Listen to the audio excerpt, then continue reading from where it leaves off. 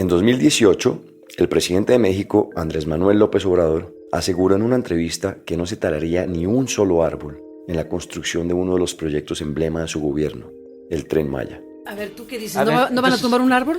Ni un solo árbol, pero no solo... ¿No van a tumbar un árbol? Ninguno. ¿Ni uno? Ninguno. El Tren Maya es un megaproyecto que busca desarrollar un sistema ferroviario de aproximadamente 1.500 kilómetros en el suroeste de México. Recorrerá los estados de Chiapas, Tabasco, Campeche, Yucatán y Quintana Roo. Se espera que contribuya a la creación de empleo, genere desarrollo económico y mejore la conectividad en la región, pero también ha recibido grandes cuestionamientos. Una veintena de actores como Eugenio Derbez y la actriz Kate del Castillo, así como ambientalistas y cantantes, denunciaron que la construcción del Tren Maya al sur de México ha ocasionado un ecocidio en la península de Yucatán. Científicos, activistas, artistas y en general ciudadanos han advertido sobre los riesgos que implica el tren para los tesoros naturales del suroeste mexicano, como cenotes y selvas prístinas, y todas las especies y los ecosistemas que existen en estos. Y es que el llamado no es en vano. Solo en el quinto tramo de este proyecto, que se planeó entre Playa del Carmen y Tulum, se talaron más de 10 millones de árboles, según los datos de organizaciones que miden el impacto del tren. Pero además de la dimensión ambiental, este proyecto se ha convertido en un espacio de fuertes discusiones políticas entre quienes respaldan al presidente López Obrador y sus detractores. Hemos notado que las dependencias hacen los estudios del suelo, hacen los estudios de la flora y fauna del lugar, están haciendo los estudios de la selva, del medio ambiente, y no hay tal ecocidio como se dice. Uno de los argumentos de quienes defienden el Tren Maya es que en otras regiones del mundo se han hecho proyectos de infraestructura muy similares y sin mayores daños para el medio ambiente. A veces la gente me dice, oye Roberto, pero están haciendo trenes en Suiza, ¿por qué no podemos tener un tren aquí? Les digo, porque Suiza no es un país megadiverso y no estás vulnerando los últimos ecosistemas saludables más diversos del planeta. Él es Roberto Rojo, biólogo y espeleólogo mexicano. Durante gran parte de su vida se ha dedicado a mostrar la belleza del mundo natural, pero en los últimos años se ha sumado a quienes alzan su voz frente a los riesgos que implica el Tren Maya, pues como él mismo dice, la gente debe comprender la fragilidad del mundo en el que vivimos. Yo le digo a los chicos cuando doy conferencias, fíjense cómo todas las películas de desastres ambientales comienzan cuando no le hacen caso a los científicos al principio. Ah, sí, veanlas, todas son así. Y claro, aunque no estamos en Jurassic Park o Alien, si nos enfrentamos a lo que puede ser la destrucción de una de las últimas selvas bien conservadas en México, particularmente en el tramo 5 del tren, que es además donde está el hogar de Roberto. Pero alzar la voz en un país como México, donde científicos y activistas pagan con su vida la defensa de estas causas, es arriesgado. Desde hace 2 años, todos los días en mis redes, tengo amenazas, tengo ofensas, tengo burlas. Entonces, por supuesto que hemos vivido con miedo. En este episodio hablamos con Roberto sobre su vida, la defensa de los tesoros naturales amenazados por el tramo 5 del Tren Maya y lo que viene para este megaproyecto. Mi nombre es Nicolás Ibargüen, soy periodista, ambientalista y amante de la naturaleza, pero sobre todo soy alguien que está convencido de que debemos cambiar la relación que tenemos con la Tierra. Bienvenidos a Elemental, un podcast sobre el único planeta con vida del que tenemos noticia, nuestra relación con él y sus demás especies. Los animales quedaron impresos en el alma de Roberto desde el día en el que vino al mundo. Yo nací en la Ciudad de México el 4 de octubre de 1976, hace ya bastante tiempo. Pero afortunadamente nací un 4 de octubre, que es el Día Internacional de los Animales, y eso me da alegría. Quizás por eso, sus primeros recuerdos lo llevan al momento en el que empezó a descubrir las especies y las maravillas del mundo a través de la televisión. Había pocas opciones en la televisión en aquel entonces y a mí pues, siempre me llamó la atención el mundo, la historia, la naturaleza. Y recuerdo que los domingos en la mañana había un documental muy bonito que se llamaba La vida en la Tierra, con Sir David Attenborough, un presentador de naturaleza inglés. Y yo corría hacia la recámara de mis papás, me aventaba sobre ellos, los despertaba, prendía la televisión y salía este señor en diferentes partes del planeta, salía en el Ártico, en África, en el Amazonas, en lugares increíbles, y yo soñaba con ir a estos lugares y poder ver aquellos animales que él presentaba. Y aunque en la Ciudad de México no podía ver elefantes, leones ni osos libres, sí encontró espacios donde germinó la semilla del amor a la naturaleza. Mis papás tuvieron la chispa de llevarme a varios museos, entre ellos el Museo de Historia Natural de la Ciudad de México, Y ahí yo vi animales disecados, leones, osos polares, jirafas, y me emocioné mucho, lo recuerdo. Y dije, ¿cómo puedo trabajar con estos animales? En ese momento descubrió la taxidermia y se convirtió en uno de sus primeros grandes sueños. Trabajar con los cuerpos de animales fascinantes y exóticos le parecía mucho más atractivo que ser policía, bombero o futbolista. Más adelante encontré la biología y yo al vivir en esta gran ciudad, la naturaleza que estaba a mi alcance eran los camellones, los jardines y los parques. De ahí comencé a ver que existía todo un Serengeti en miniatura que los adultos no voltaban a ver. Había arañas, caracoles, cochinillas, moscas, libélulas. Había todo lo que yo veía en los programas de televisión de otros lugares, lo veía ahí, pero en pequeñito. Como lo dice Roberto, era todo un mundo de especies a las que usualmente no les prestamos atención. Es mucho más común admirar a los grandes y carismáticos animales, pero también los insectos y los microorganismos, que a simple vista no podemos ver, juegan un papel vital en el equilibrio de la vida.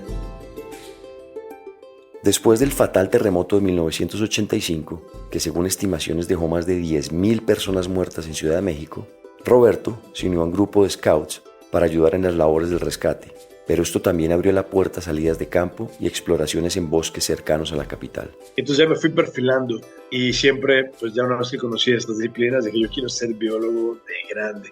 Y más adelante, cuando podía, me iba de la Ciudad de México, no porque no me guste la ciudad, sino porque prefería los espacios naturales, hasta que finalmente entré en la carrera de biología. Además de estudiar esta carrera, Roberto descubrió también una pasión enorme por la espeleología, que es el estudio de cuevas y cavernas. Estudiando en la UNAM, la Universidad Nacional Autónoma de México, se unió a un grupo de montañismo que exploraba alta montaña, escalada en roca y también recurría en cavernas. Y yo la primera vez que bajé en una cuerda por 80 metros de cueva con una cascada cayendo atrás de mí y llegué y vi el lugar increíble que había bajo tierra, dije, esto tengo que vivirlo más. Y me empecé a enamorar del mundo subterráneo. México alberga una asombrosa riqueza de cuevas y cavernas por su variedad geológica excepcional. La península de Yucatán en particular es conocida por sus vastos sistemas de cuevas submarinas, o cenotes, que se formaron a lo largo de miles de años. Estos lugares no solo ofrecen una belleza natural impresionante con sus aguas cristalinas y formaciones rocosas, sino que también son sitios cruciales para la investigación espeleológica y arqueológica, ya que algunos de ellos han revelado importantes hallazgos de antiguas civilizaciones. A México le han llegado a llamar el Himalaya de las cuevas. Tenemos la cueva más profunda del hemisferio occidental, con más de 1.546 metros de profundidad en el estado de Oaxaca. Tenemos la segunda cueva inundada más grande del mundo aquí en el estado de Quintana Roo, donde vivo. Y tenemos grandes cuevas. Y entonces decidí conocer este mundo. La espeleología es el estudio de las cuevas. Y dentro de las cuevas, así como en los parques que visitaba Roberto en su infancia, hay todo un mundo de especies que muchas personas pueden encontrar aterradoras, pero que él hallaba fascinantes.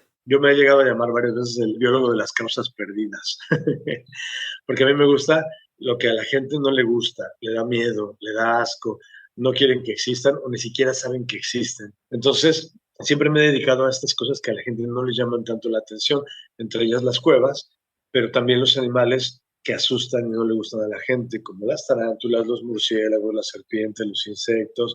He estado algún rato también con entomología forense. Entonces, todo este mundo que yo le digo a la gente es como el yin y el yang. Y fue esta pasión por ese lado B de la biología lo que lo llevó a hacerse conocido en todo el país. Los animales que habitan estos sitios han desarrollado adaptaciones increíbles a la vida en condiciones extremas. Estos son los bichos en el corazón de la tierra. Este es Roberto presentando un programa sobre serpientes colgantes en cavernas. Es muy difícil encontrar a estos animales. Debo tener cuidado que no se vaya a escapar.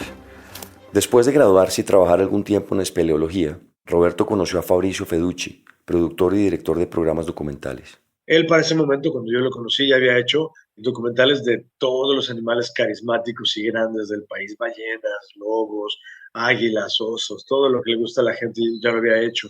Yo estaba haciendo mi última salida de campo. Entonces ahí platicamos, nos conocimos, pero hubo un momento muy particular donde yo estaba en el laboratorio midiendo tarántulas y arácnidos, y recuerdo cómo Fabricio pasa por afuera, me ve, sigue su camino, se detiene, se voltea y me dice, ¿qué estás haciendo? Y entonces ya, pues yo estaba enamorado de las tarántulas, son uno de los animales que más me gustan, y se la expliqué, le dije sus partes, le dije todo sobre la tarántula, y él hizo como un match en su cabeza, y dijo, oye, pues mira, yo nunca he grabado estos animales raros, estos bichos pequeños, ¿por qué no hacemos algo en conjunto al respecto? Aunque le sonó bien al principio, no imaginó que esto se iba a traducir en un programa de televisión al mejor estilo del cazador de cocodrilos, que por aquella época ya era famoso en todo el mundo. Al año me llama, recuerdo que era un lunes, y me dice, oye, ¿cómo estás? Ya comenzamos a grabar el jueves. Y le dije, ¿a grabar qué? Me responde, ¿cómo que qué? El programa que habíamos quedado. Y yo dije, no, ¿qué hice? Dije, pues ni modo, vamos a hacerlo. Fuimos a Acapulco, bajamos con la cámara y me dice, listo, busca animales. Y yo me quedé viendo como diciendo, bueno, no es tan fácil. Y entonces tomé un caracol, un cangrejo ermitaño, perdón, un cangrejo ermitaño que estaba dentro de un caracol, y Fabricio soltó una carcajada y me dijo, oye, en el canal de al lado están agarrando cocodrilos, ¿cómo vas a agarrar un caracol, un cangrejo? Y ya le dije, no, no, espérame, te lo voy a explicar. Y ya se lo expliqué y pues era interesante la explicación y me dijo, bueno, tal vez pueda funcionar. Pero ya el clic se hizo cuando salió una iguana corriendo. Yo me fui detrás de ella a toda velocidad, llegamos a una zona con lodo, el camarógrafo no pudo avanzar más porque se quedó atorado en el lodo, yo perseguí a la iguana hasta que me abalancé sobre ella y la capturé y llegué con la respiración entrecortada y le expliqué a la iguana y él estaba muerto de la risa y me dice, bueno, esto tal vez pueda funcionar. El programa se llamaba En busca de bichos y era justo de eso, de encontrar insectos y otros animales considerados raros para explicar su anatomía, su entorno y sobre todo su función en el ecosistema. Fueron 24 programas en 14 estados del país, en diferentes ecosistemas. Básicamente yo hacía lo mismo que hacía en mi vida cotidiana, agarraba un bicho, me emocionaba, se lo platicaba a la gente y lo regresaba a su lugar. Yo quería compartir el conocimiento para que la gente conociera a estos animalitos y los cuidara. Cuando empieza a salir en la tele, número uno, me deprimí porque me vi en el cuadro y dije, no, hablo bien feo, camino bien chistoso, no, quiten eso, por favor. Y luego vinieron más programas. Después hicimos Más que mascotas. Eran animales que trabajaban como las rapaces en los aeropuertos para ahuyentar aves y que los aviones no choquen con ellos. Deportes como la charrería. Estuve con un perro lazarillo en el Zócalo de la Ciudad de México y con mis ojos vendados para hablar de los lazarillos.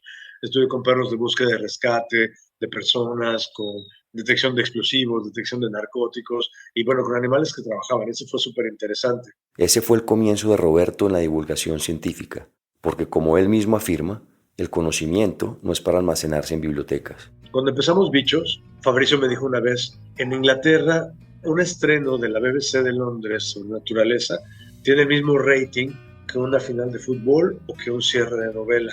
Entonces ese siempre fue nuestro objetivo en la cabeza, cambiar a la sociedad de tal manera que voltearan a ver esto.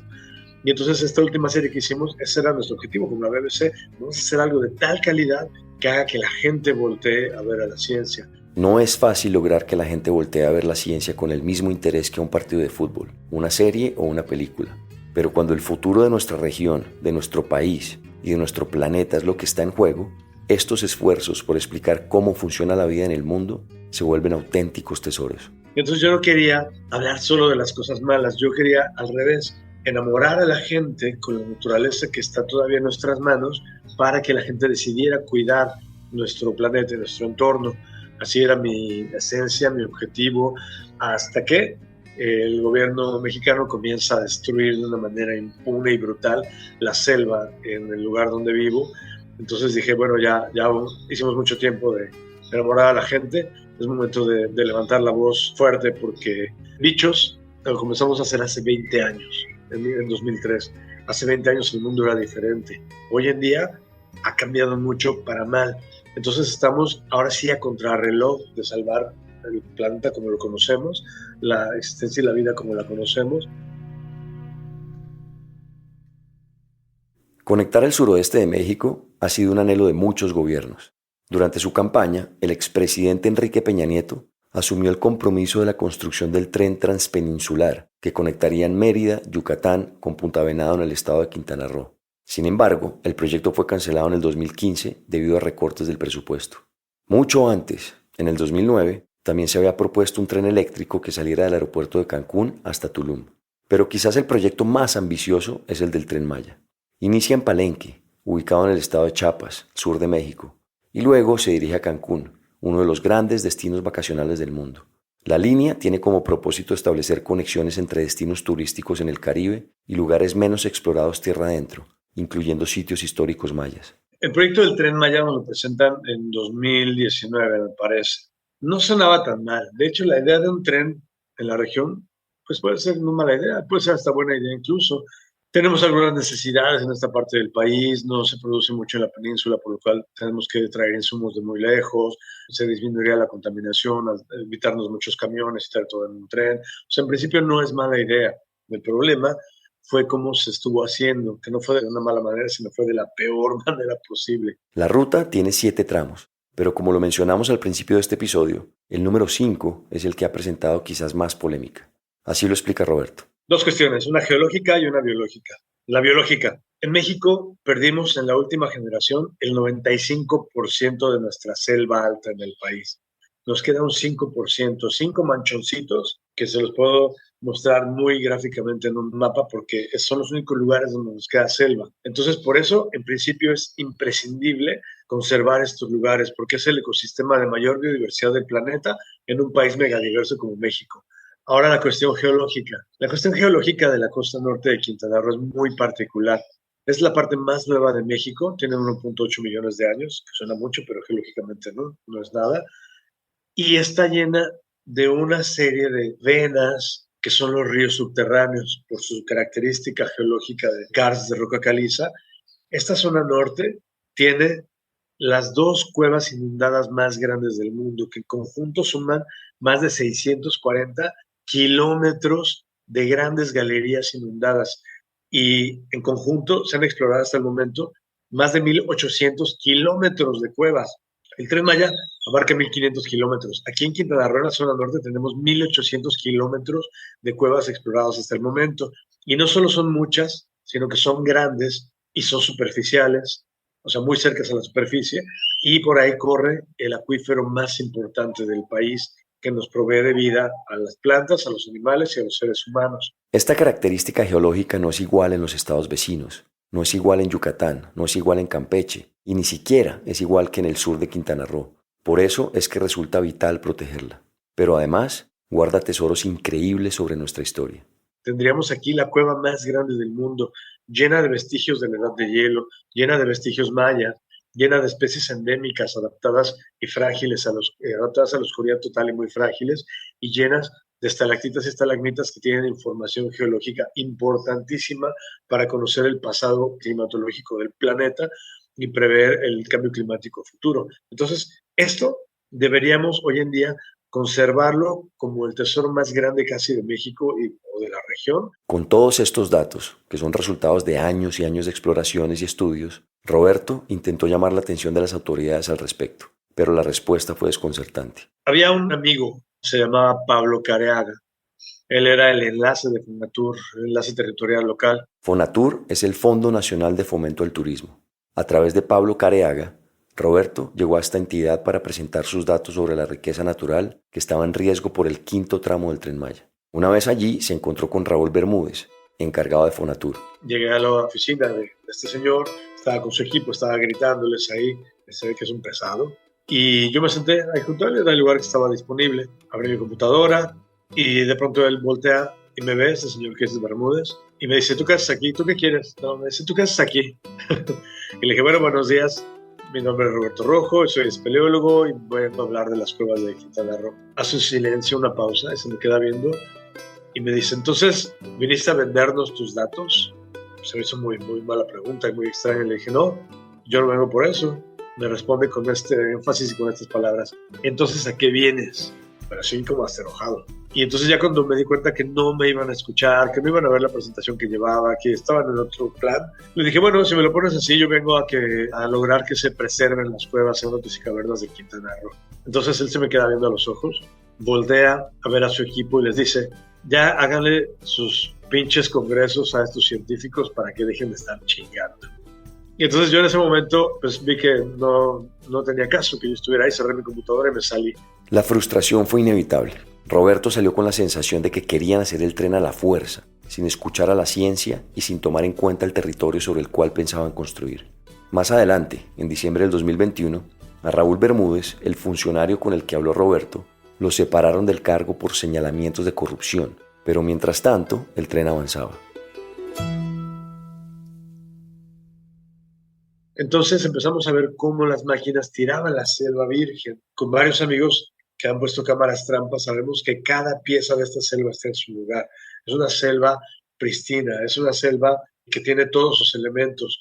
Entonces, una amiga me dijo, es muy probable que el presidente pase por ahí arriba del tramo el próximo domingo. Y dije, bueno, a ver, puse en mi Facebook, es posible que pase el presidente el domingo sobre el trazo.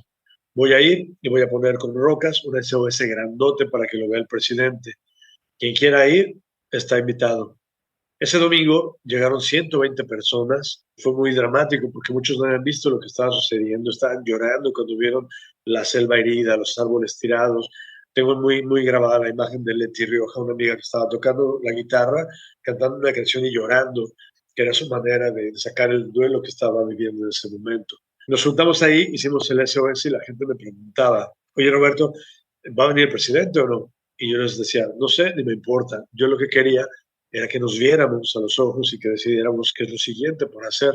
Sin planearlo, más de 100 personas estaban asistiendo a un ecocidio dramático y cuando menos se lo esperaban, escucharon el helicóptero del presidente a lo lejos. Nosotros le hacemos señas diciéndole, no, por favor, no tienen esta selva, no hay por qué hacerlo. Y el presidente llega al Palacio Nacional y ese día emite su primer tuit que dice, un grupo de pseudoambientalistas pagados por intereses extranjeros están en contra del desarrollo del proyecto del Tren Maya. Y ahí comenzó un grave y gran ataque mediático del presidente hacia nosotros. Ese día, tras los ataques del presidente, nació Sélvame del Tren, una iniciativa ciudadana que recoge voces de científicos y personas con otros oficios que piden parar las obras del tramo 5 y hallar un mejor recorrido. En su página web aseguran que no están en contra del progreso, pues consideran el desarrollo de la península como una gran oportunidad de justicia social, reactivación económica y mejora de infraestructura, pero buscan que se haga con pleno respeto al medio ambiente. Roberto se sumó a Sélvame del Tren y a las iniciativas de protesta. Dijimos, a ver, si gritamos aquí como locos, en la selva nadie va a voltear a vernos, tenemos que hacer algo más poderoso. Entonces alguien que conocía a cantantes, actores y un montón de gente, pues pasó la voz y dijo, oigan, está sucediendo esto, vamos a hacer una serie de videos para presentarlos. Hicimos 5 videos donde no solamente salen cantantes, actrices, actores y demás, sino salimos nosotros, sale gente maya, salen científicos. Se hicieron 5 videos y se volvieron virales. Entonces ahora sí, el gobierno se encontró, se topó con pared y la gente comenzó a saber la realidad de lo que estaba sucediendo aquí. En ocasiones los datos y estudios no son suficientes para llamar la atención sobre las problemáticas. Por ese motivo, acudieron a la viralidad y lograron centrar la discusión en el tema. Los ataques no pararon, y esto en un país como México, que en los últimos 3 años reportó los asesinatos de 58 líderes ambientales, es motivo de preocupación. He recibido muchas ofensas y amenazas en redes. Eso a mí la verdad no me preocupa porque es muy fácil escribir detrás de una pantalla. Y por lo menos 2 veces me he sentido vulnerado aquí en la ciudad donde vivo. En una ocasión estaba en un restaurante y cerca de la entrada hay una mesa con 5 hombres que no dejaban de verme en esta sensación donde dices, híjole, aquí va a pasar algo feo.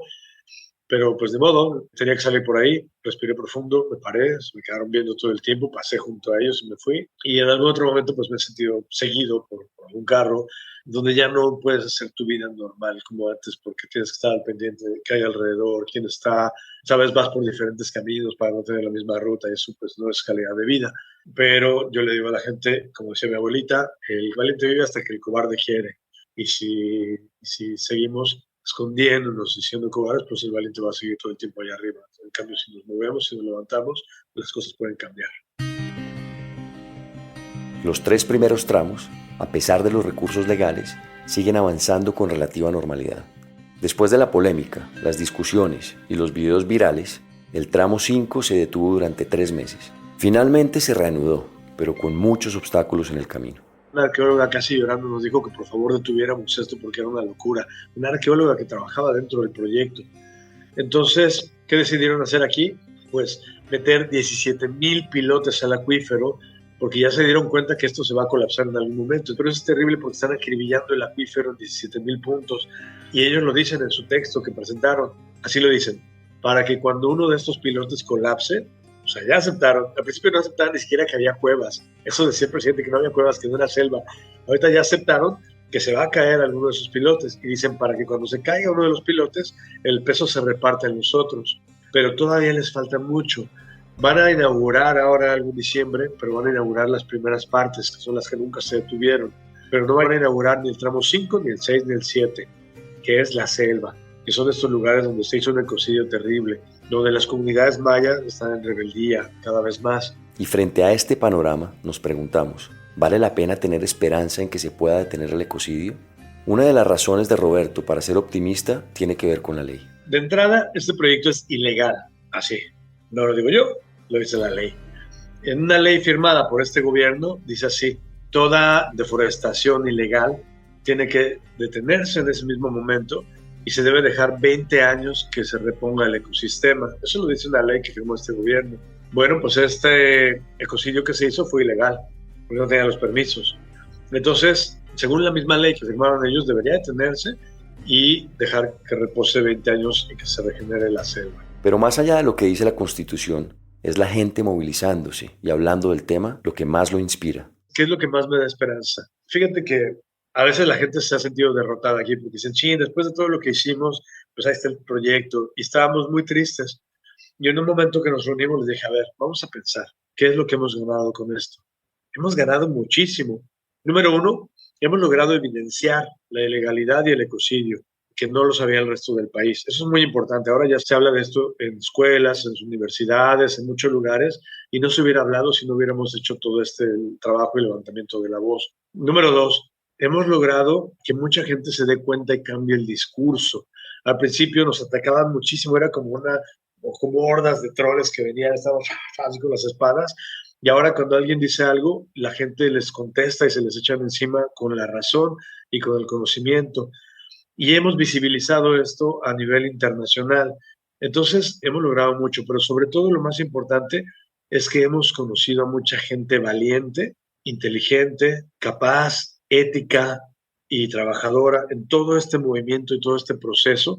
Como lo señala Roberto, y también grupos como Sélvame del Tren, su pelea no es contra el gobierno ni contra el progreso. No es una lucha que busque restar, sino preservar el gran tesoro natural que yace dentro de cuevas, cavernas y dentro de la selva misma. Me da mucha alegría porque cuando ves muchos se juntan como un destello más grande y te das cuenta que no todo está perdido y que aún hay mucho por hacer. Esas son mis tablitas de salvamento donde yo me agarro y cuando me siento como boxeador así en la esquina todo golpeado y veo a la gente trabajando así, es como si me echaran un balde de agua fría y dijera, venga, siguiente round, lo que sigue. Eso es lo que me mantiene en la lucha. A menos de 2 meses de su inauguración, los tramos 5, 6 y 7 del Tren Maya presentan un avance promedio del 50%.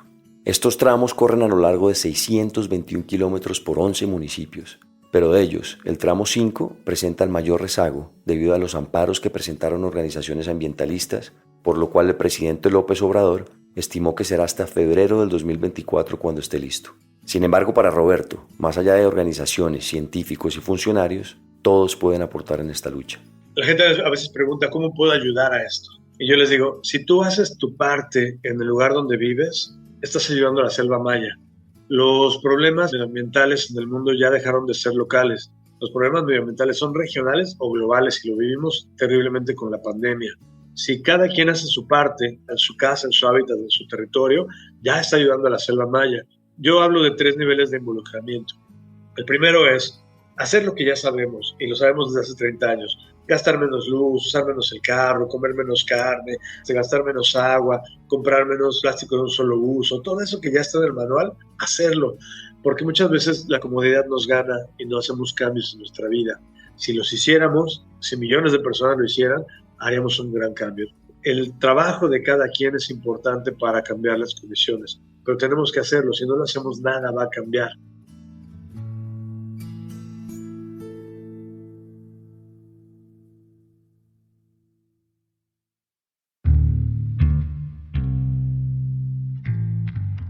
Este episodio es una coproducción del equipo de la no ficción de Excel Content Studios y de Nicolás Ibargüen. El guión fue escrito por Juan Camilo Hernández Meléndez y editado por Miguel Reyes. La producción ejecutiva es de Isaac Lee y Carmen Graterol. Daniel Batista dirige el área de audio en Excel Content Studios. La mezcla y el diseño de sonido son de Valentina Fonseca. La canción de introducción y cierre es de Manuela Mejía. Y el handpan es interpretado por Felipe Ibargüen. La ilustración de la portada es de Alan Castillo. Si tienen comentarios o sugerencias, escríbanos a nuestro Instagram, @podcastelemental. Y si les gusta este trabajo, ayúdenos a regar la voz. Recomiéndenlo a amigos o familia a quienes les pueda servir o interesar. También no se olviden de darle clic al botón de seguir o follow y a la campanita dentro del show Elemental para no perderse ningún capítulo nuevo.